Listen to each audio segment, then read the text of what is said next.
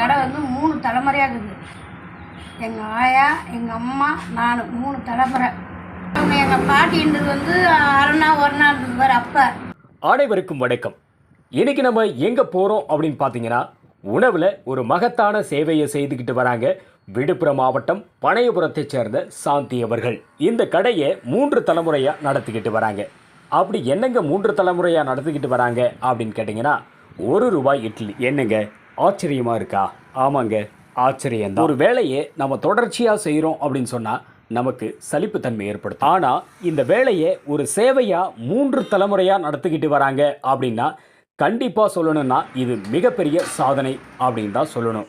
இந்த விலைவாசி உயர்வு காலகட்டத்திலையும் ₹1 இட்லியை தொடர்ச்சியாக கொடுக்குறாங்க அப்படிங்கிறது மிகப்பெரிய சாதனை. இந்த கடையில் அதிகப்படியாக யார் சாப்பிட்றாங்க அப்படின்னு பார்த்தீங்கன்னா, பள்ளி மாணவர்கள், ஓட்டுநர்கள், வயதானவர்கள். ஒரு ₹5 எடுத்துகிட்டு வந்தால் இந்த கடையில் 5 இட்லி சாப்பிட்லாம் அப்படின்னு நினைக்கிறவங்க இந்த கடைக்கு வந்துடுறாங்க.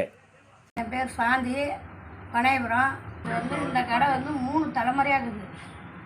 எங்கள் ஆயா, எங்கள் அம்மா, நான் 3 தலைமுறை. வந்து அவங்க எங்கள் பாட்டின்றது வந்து அரைனா ஒரு நாள் இருந்தது வேறு அப்போ. எங்கள் அம்மா இருந்தது 50 காசு. இப்போ நான் போட்டு ₹1. அதனால் எனக்கு இது கட்டுப்படி ஆகாதான். இருந்தாலும் பிள்ளைங்களுக்கு பள்ளிக்கூடத்து பிள்ளைங்க ₹2 ₹1 எடுத்து கொடுக்குதுங்க. அதுங்களுக்கு கொடுக்காத எப்படி அனுப்புறது? மனசார சேர்த்து போட்டோம் அப்படின்னு போட்டு அனுப்புகிறேன். வேறு ஒன்றும் இது கிடையாது. 3 தலைமுறை ஆகுதானா வச்சு நடத்துறது. நானும் இந்த இது மாதிரி போட்டுக்கினே ரோல் போட்டு கிடக்கிறேன். சாப்பிட்றவங்களுக்கு சாம்பார் சட்னி தூள் கொடுப்பேன். எடுத்து போகிறவங்களுக்கு ஒரு பார்சலுக்கு ஒரு சாம்பார் தான், ஒரு சட்னி தான், தூள் தான்.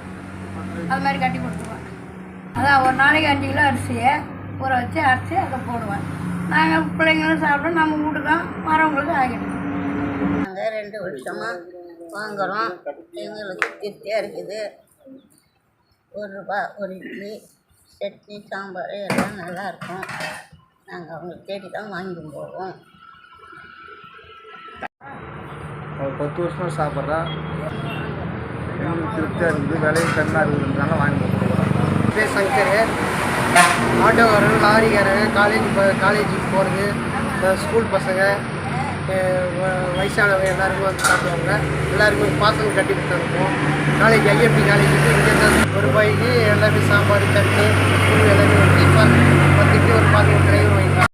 நாங்கள் நண்பர்களோட இந்த ₹1 இட்லியை வாங்கி சாப்பிட்டு பார்த்தோங்க. உண்மையை சொல்லணும்னா கண்டிப்பாக இட்லி சூப்பருங்க. மெதுவான இட்லி, சுவையான சட்னி, செம்மையான சாம்பார், தொட்டு சாப்பிட இட்லி பொடி, இது எல்லாமே ₹1. நானும் என்னுடைய நண்பர்களும் இட்லியை வாங்கி சாப்பிட்டேங்க. ஆனால் உண்மையை சொல்லணும்னா நம்ம கொடுக்குற காசுக்கு பல மடங்கு உயர்ந்த குவாலிட்டி. ₹1 இட்லி. இட்லிக்கு சட்னி, சாம்பார், பொடி 3 தராங்க.